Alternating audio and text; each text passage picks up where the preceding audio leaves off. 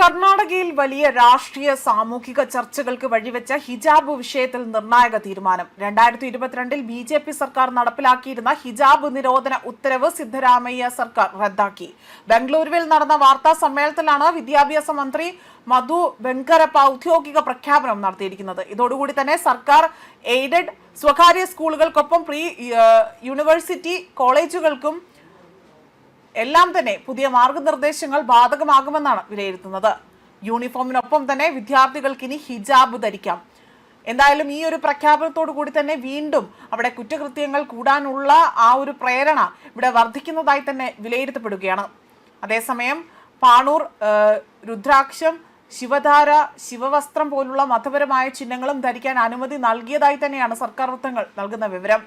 രാജ്യവ്യാപകമായി തന്നെ വലിയ വിവാദങ്ങൾക്കും നിയമ പോരാട്ടങ്ങൾക്കും ഇടയ്ക്കാണ് ഇത്തരത്തിലൊരു വിഷയം ഇവിടെ കർണാടകയിലെ ഹിജാബ് നിരോധനം എടുത്തു പറയുന്നത് എന്നതാണ് വ്യക്തമാക്കുന്നത്.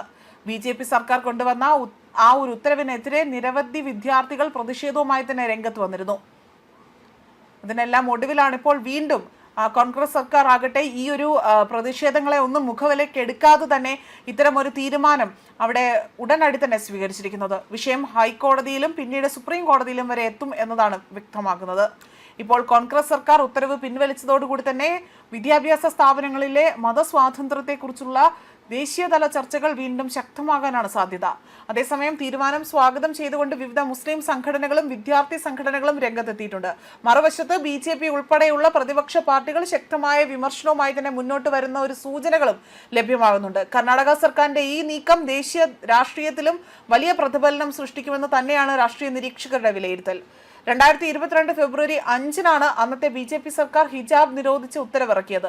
ഇതിനിടെ തന്നെ മുസ്ലിം വിദ്യാർത്ഥികൾ ഹൈക്കോടതിയെ സമീപിച്ചെങ്കിലും ഹിജാബ് ഇസ്ലാമിലെ അനിവാര്യമായ ആചാരമല്ല എന്ന് ചൂണ്ടിക്കാണിച്ചുകൊണ്ട് കോടതി നിരോധനം അവിടെ ശരിവെച്ചിരുന്നു. പിന്നീട് സുപ്രീം കോടതി എത്തിയ കേസിൽ പിന്നീട് ഒരു ഭിന്നവിധി ഉണ്ടാവുകയായിരുന്നു. എന്നാൽ ഈയിടെ തന്നെ നടന്ന ഈ ഒരു രീതിയിൽ ആ ഒരു ഉപതെരഞ്ഞെടുപ്പിൽ രാഷ്ട്രീയ സാഹചര്യങ്ങളും മുസ്ലിം വിഭാഗങ്ങളിൽ നിന്നുള്ള ശക്തമായ സമ്മർദ്ദവുമാണ് ഇപ്പോൾ ഇത്തരം ഒരു തീരുമാനത്തിലേക്ക് സർക്കാരിനെ നയിച്ചതെന്നതാണ് റിപ്പോർട്ടുകൾ സൂചിപ്പിക്കുന്നത്. തീരുമാനത്തെ സ്വാഗതം ചെയ്തുകൊണ്ട് മുസ്ലിം സംഘടനകൾ ഇവരെല്ലാം തന്നെ ഇപ്പോൾ രംഗത്തുണ്ട്. അതേസമയം ഹിജാബ് എന്ന വാക്കുകൊണ്ട് ഇവിടെ അർത്ഥമാക്കുന്നത് മറയ്ക്കുക അല്ലെങ്കിൽ മുഖപടം എന്ന അർത്ഥമാണ്. ഇതൊരു അറബി വാക്കാണ്. മറയ്ക്കുക, മറ, മൂടുപടം, അഭയസ്ഥാനം എന്നൊക്കെ അർത്ഥമുള്ള ഈ വാക്ക്, അതായത് ഈ ഒരു രീതിയിലുള്ള വാക്കിൽ നിന്നാണ് ഹിജാബ് എന്ന വാക്ക് ഉരുത്തിരിഞ്ഞത്. അറബി സംസാരിക്കുന്ന രാജ്യങ്ങളിലും പാശ്ചാത്യ നാടുകളിലും പൊതുവെ ഹിജാബ് എന്ന വാക്കുകൊണ്ട് പരാമർശിക്കുന്നത് സ്ത്രീകളുടെ ശരീരവും തലയും മറയ്ക്കുക എന്നതാണ്. ഇസ്ലാമിൽ ഹിജാബിന് ഒതുക്കം, വിനയം, സ്വഭാവശുദ്ധി, സന്മാർഗം എന്നീ അർത്ഥങ്ങളാണുള്ളത്. ഇസ്ലാം ആകട്ടെ മുസ്ലിം സ്ത്രീകളുടെ അതായത് ഇസ്ലാമിൽ തന്നെ മുസ്ലിം സ്ത്രീകൾക്ക് നിർബന്ധമാക്കിയ വസ്ത്ര സംവിധാനം കൂടിയാണ് ഹിജാബ് എന്നത്. ഇത് ഏതെങ്കിലും ഒരു പ്രത്യേക വസ്ത്രത്തിന്റെ പേരല്ല, മറിച്ച് മുഖവും മുൻകൈയും ഒഴികെ തന്നെ മറ്റെല്ലാം മറയ്ക്കുന്ന ഏതൊരു വസ്ത്രത്തെയും നമുക്ക് ഹിജാബിന്റെ പരിധിയിൽ കൊണ്ടുവരാൻ സാധിക്കുമെന്നതാണ് മറ്റൊരു വിലയിരുത്തൽ. ന്യൂസ് ഡെസ്ക് കർമ്മ ന്യൂസ്.